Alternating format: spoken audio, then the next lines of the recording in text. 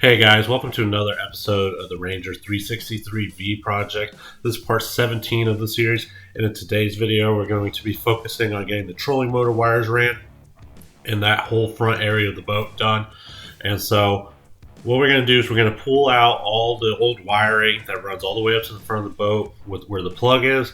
We're also going to run this 4-gauge anchor wire.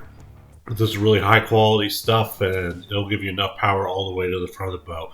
So without further ado, let's get into it.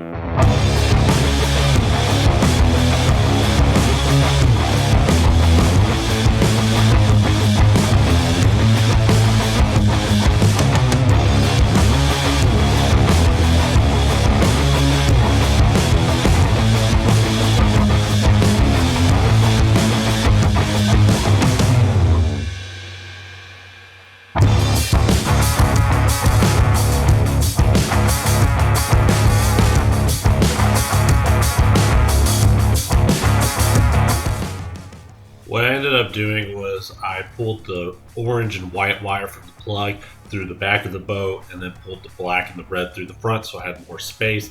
And now what we're going to do, guys, we're going to take the boat to the shop so we can get it finished up.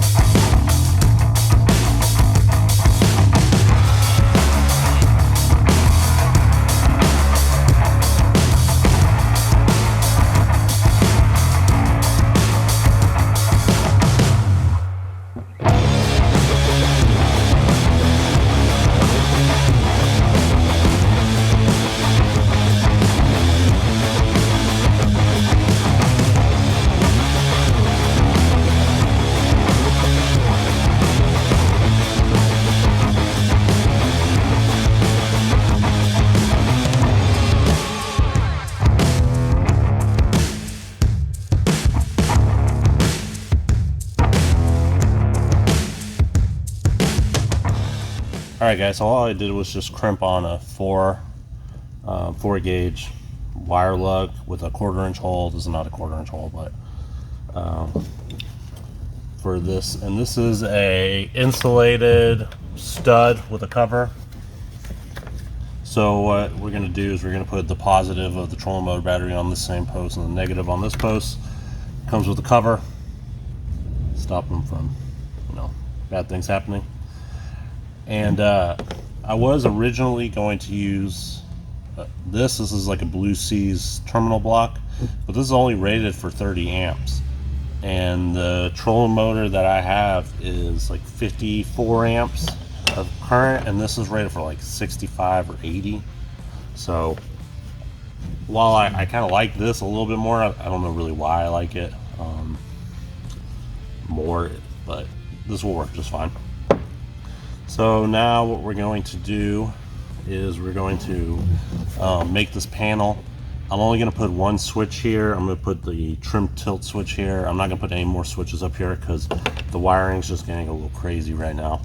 And I'm going to be installing a trolling motor foot pedal tray.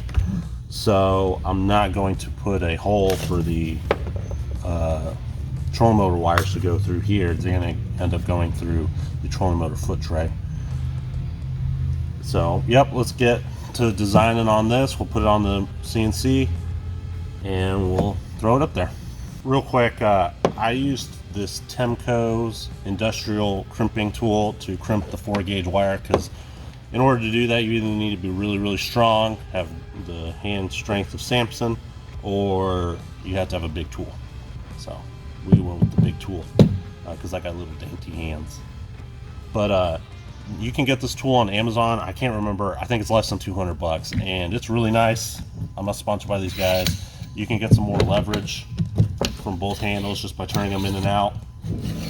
And it goes from 10 gauge all the way to 400 MCMs. I don't know what 400 MCMs is, but that's pretty much all the way up here. So imagine a wire like that thick. That's this can crimp that. So, you know, it might be a little bit overkill if you're only doing one boat. We use this tool a lot with all our installs when we're running trolling motor wire, or, you know, the wiring harness that we offer. So yeah, just a little tip, and it made short work of 4 gauges. I don't know if you guys, boop, and it was easy, done. If you guys remember at the last video or some point in time, I was talking about making a panel that kind of leaned like this to match this angle, right? So it'd be kind of one continuous piece going across, and you'd be able to have better visual of the gauges or of the switches and everything. But there was a couple issues. The first issue is that the fiberglass is not flat. So this piece is perfectly flat, it's machined, and the fiberglass is not flat. So that's the first problem. And the second problem is that this angle and this angle are not parallel with each other. They're like skewed out or skewed in, and it just makes it really hard to measure anything. You can't get a set of calipers really in here, so I'm doing it with a tape measure, and you just can't get it to look nice. So you guys know the kind of work I do on the machine, and if I'm going to do it, I want it to look really good. So I just decided to go with this kind of panel, and I think it turned out really nice. And the reason why I'm pretty happy with this is that the original panel, the switches were set back in here into this hole. I think they did that to, you know, protect it from water and rain. So now, you know, we've come a long way, and our electrical stuff is a lot more water resistant. It actually isn't as bad as I thought it was going to be, because everything's pushed out. We probably pushed it out 1 inch to 2 inches out, so you can actually see the switch. And this is going to be a dual USB port, so, you know, if you guys want to charge your phone up here or have a GoPro going, you can do that right here. And then of course we got the Mealey Marine logo engraved, which looks really good. But I'm really happy with this. I'm really happy with the way it came out. I was a little, you know, kind of feeling like that I was settling to do something easier instead of doing this, but I'm actually extremely happy with this. Well, that's it for this week, guys. I know that this video's been really choppy and all over the place, but we brought the boat up here to the shop. I talked to my dad, and we both agreed we needed to get this boat up here and get it done and get sold so we can make some money. And I brought it up here, 50 miles on the trailer, did good, didn't lose the boat, didn't have any trailer issues. I was a little white knuckle driving up here, a little worried, but we got up here good. And we've been actually doing a lot of work on this boat, not just really focusing up there on the trolling motor area, but we've just been hopping around, and a lot of that's due to getting parts. And, you know, we finally got some wire. We had to go with Cobra because we couldn't get Anchor, but we're starting to get things in. We get shipments pretty much every day to get this boat finished up, and we're thinking it's going to take us about 1 month to 2 months to get this done. Probably the hardest thing we're going to have to do is the wiring harness. Other than painting the trailer, that's probably the hardest thing we're going to have to do. And after we get that done, everything else is just going to be bam, bam, bam, getting it done and getting this boat out of here. We'll take it back to the house. We'll put the motor on. Hopefully that thing runs. If not, I don't know what we're going to do. But yeah, guys, I hope you guys liked the video. If you did, please make sure you like and subscribe. And next week, like I said, we're just going to be putting out a lot more good quality content, and I hope you guys enjoy. Until next week, guys.